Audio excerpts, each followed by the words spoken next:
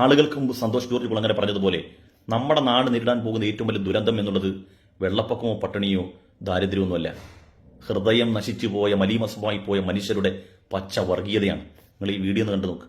ഒരു പ്രദേശം മുഴുവൻ ഒലിച്ചുപോയി. ഇപ്പം ഈ മറ്റേ ജാക്കറ്റൊക്കെ ഇട്ട് നടക്കുന്ന ഒരുപാട് പേര് ഈ ടി വിയിൽ കാണാമല്ലോ. SYS സുന്നി യുവജന സംഘം, SKSSF അതെന്താണെന്ന് എനിക്കറിഞ്ഞൂടാ, എന്തൊക്കെയോ ഉണ്ട്. അതിലൊരു മുസ്ലിം മഞ്ഞ ഉടുപ്പിട്ടൊരു വൈറ്റ് ഗാർഡിനെ കണ്ടു.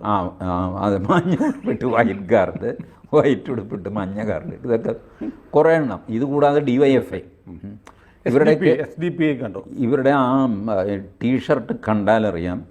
ഇന്നലെ രാവിലെ മുതൽ ധൃതി പിടിച്ച് തയ്യൽക്കാരൻ്റെ പിടിച്ച് വേഗം അത് കഴിഞ്ഞിട്ട് പ്രിൻ്റ് ചെയ്ത് അത് വിട്ടുകൊണ്ട് ഇവിടെ ഇറങ്ങിയിരിക്കുകയാണ്. റിസ്ക്കുള്ള മേഖലയാണ്. ഈ നടക്കുന്നത് മുഴുവൻ സേഫ് ഏരിയയിലാണ്, ആശുപത്രിയിൽ അവിടെ ഇവിടെയൊക്കെ. നമ്മളോർക്കും ദുരന്ത മുഖത്തൊന്നും അല്ല, ഇതിൻ്റെ അടുത്ത് പോകാൻ ഇവന് പേടിയാണ്. അല്ല, ഇപ്പം നമ്മൾ കണ്ടു ഈ ബോഡി എടുത്ത് മോർച്ചറി എടുത്ത് ആംബുലൻസിൽ കയറ്റുന്നു, മൊബൈൽ ഫ്രീസർ കണ്ടപ്പോൾ ഞാൻ ചിന്തിച്ചു, ഇവനൊക്കെ മനുഷ്യനാണോ അതോ മനുഷ്യരൂപം പൂണ്ട ഹൃദയമില്ലാത്ത മറ്റെന്തെങ്കിലും ജീവിയാണ്? എങ്ങനെയാണ് ഹൃദയമുള്ള മനുഷ്യർക്കൊക്കെ ഇങ്ങനെ പരിഹസിക്കാൻ കഴിയുന്നത്? വയനാടിന്റെ ദുരന്തമുഖം നമ്മൾ ദൃശ്യമാധ്യമങ്ങളിലൂടെ മാത്രം കണ്ടിട്ട് ഉള്ളുലയുകയാണ്. ഉറങ്ങാൻ കഴിയുന്നുണ്ടോ? നിങ്ങൾക്ക് ഭക്ഷണം കഴിക്കാൻ നേരെ കഴിയുന്നുണ്ടോ? എന്തുകൊണ്ടാണ്? അവരെല്ലാം നമ്മുടെ പ്രിയപ്പെട്ടവരാണ്, നമ്മുടെ നാട്ടുകാരാണ്. എന്തിനേറെ നമ്മുടെ അയൽ സംസ്ഥാനങ്ങളിലുള്ള ആളുകൾ പോലും അവരുടെ പോസ്റ്റുകളൊക്കെ നിങ്ങൾ ശ്രദ്ധിക്ക്. അവർ പോലും എത്ര വേദനാജനകമായാണ് ഈ വിഷയത്തെ സമീപിക്കുന്നത്. എന്നിട്ട് നമ്മുടെ നാട്ടിലുള്ള കുറച്ച് എംബോക്കികൾ പച്ചക്കിരുന്ന് തോന്നിയാസം പറയാൻ, അതും തൻ്റെ ആശ്രിതരായ ആളുകളെയൊക്കെ തനിച്ചാക്കിയിട്ട് നേരെ ഭക്ഷണമില്ല, വെള്ളമില്ല. അത്രയും പ്രയാസകരമായ ഘട്ടത്തിൽ എല്ലാം നഷ്ടപ്പെട്ട മനുഷ്യർക്ക്, അവരുടെ പ്രിയപ്പെട്ട ആളുകൾ, അത് ചേതനയേറ്റ ശരീരമാണെങ്കിൽ അങ്ങനെയെങ്കിലും തൻ്റെ ആശ്രിതരായ അല്ലെങ്കിൽ തൻ്റെ ഏറ്റവും പ്രിയപ്പെട്ട ആളുകളെ അവരുടെ മുമ്പിലേക്ക് എത്തിച്ചു കൊടുത്ത് അവസാനമായി ഒരു നോക്ക് കാണാനുള്ള അവസരം ഒരുക്കാൻ വേണ്ടി കുത്തിയൊലിക്കുന്ന മഴവെള്ളപ്പാച്ചിലിൽ തൻ്റെ സ്വന്തം ജീവൻ നഷ്ടപ്പെട്ടാലും തൻ്റെ പ്രിയപ്പെട്ടവരുടെ ആഗ്രഹം സാധിപ്പിച്ചു കൊടുക്കണമെന്ന് ആഗ്രഹിച്ചുകൊണ്ട് ദുരന്തമുഖത്തേക്ക് അയാൾ പരിഹസിച്ച് കണ്ടില്ലേ? ദുരന്തമുഖത്തൊന്നുമില്ല, ഏറ്റവും സേഫ് സോണിലാണ്. നിങ്ങൾ ഈ വീഡിയോ ഒന്ന് കണ്ടു.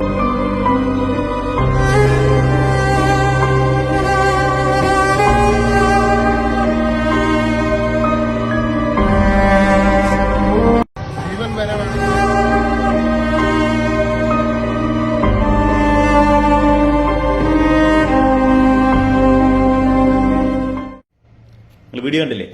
ഇതാണോ TG മോഹൻദാസ് പറഞ്ഞ ഈ സേഫ് സോൺ?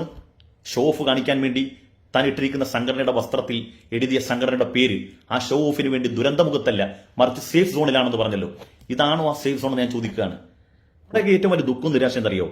ഇത്തരം നികൃഷ്ട ജീവികൾ, ദുരന്തത്തെക്കാൾ വലിയ ദുരന്തങ്ങളായ ഇത്തരം മനുഷ്യർ, ഈ വിശപ്പുകൾ, ഇതിനെയൊക്കെ പൂട്ടിക്കാനും നാവടപ്പിക്കാനും ഒരു ഗവൺമെന്റ് സംവിധാനം നമുക്കില്ലാതായി പോയില്ലെന്ന്. ഇവനൊക്കെ മനുഷ്യനാണെന്ന് ആലോചിക്കുക. ആ വയനാടിന്റെ ദുരന്ത ഭൂമിക, ഇന്നലകൾ കുട്ടികൾ പൂമ്പാറ്റയെ പോലെ ഓടിക്കളിച്ചു നടന്ന സ്ഥലങ്ങൾ, മനുഷ്യവാസം ഉണ്ടായിരുന്ന സ്ഥലങ്ങൾ, വീടുകളും കച്ചവട സ്ഥാപനങ്ങളും ഉണ്ടായിരുന്ന സ്ഥലങ്ങൾ, അവിടെ നിന്ന് ഒരു മരുഭൂമി കണക്ക് ഒരു പ്രതലം മാത്രം. ആ പ്രതലത്തിൽ ചെളിക്കുണ്ടിൽ നിന്നുകൊണ്ട് ചേതനയേറ്റ മൃതദേഹങ്ങൾ, കൽബും ഹൃദയവും ഉലഞ്ഞുകൊണ്ട് മനുഷ്യർ പൊക്കിയെടുക്കുമ്പോൾ അവർ തന്നെ ഇല്ലാതായി പോകുന്ന അത്തരം സന്നദ്ധ പ്രവർത്തകരുടെ ആത്മവീര്യം കെടുത്തുകയല്ലേ ഗവൺമെന്റ് സംവിധാനങ്ങളോട് ഞാൻ പറയാണ്. അവരെ വെറും പരിഹാസ കഥാപാത്രങ്ങളാക്കുകയല്ലേ ഇത്തരം നികൃഷ്ട ജീവികൾ? ഇവർക്കെതിരെ നടപടി വേണ്ടെന്ന് ഞാൻ ചോദിക്കുന്നു. ആ മനുഷ്യരെ പരിഹസിക്കുന്നു. അവർ ഏതെങ്കിലും ഒരു മതസംഘടന മാത്രമാണ്.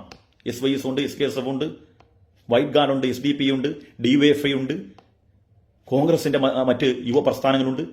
ഇവരെല്ലാവരും, എന്തിനേറെ അയൽ സംസ്ഥാനങ്ങളായ തമിഴ്നാട്ടിൽ നിന്ന് വരെ ഭക്ഷണവും വെള്ളവുമായി ലോറികൾ അങ്ങോട്ട് പായുകയാണ്.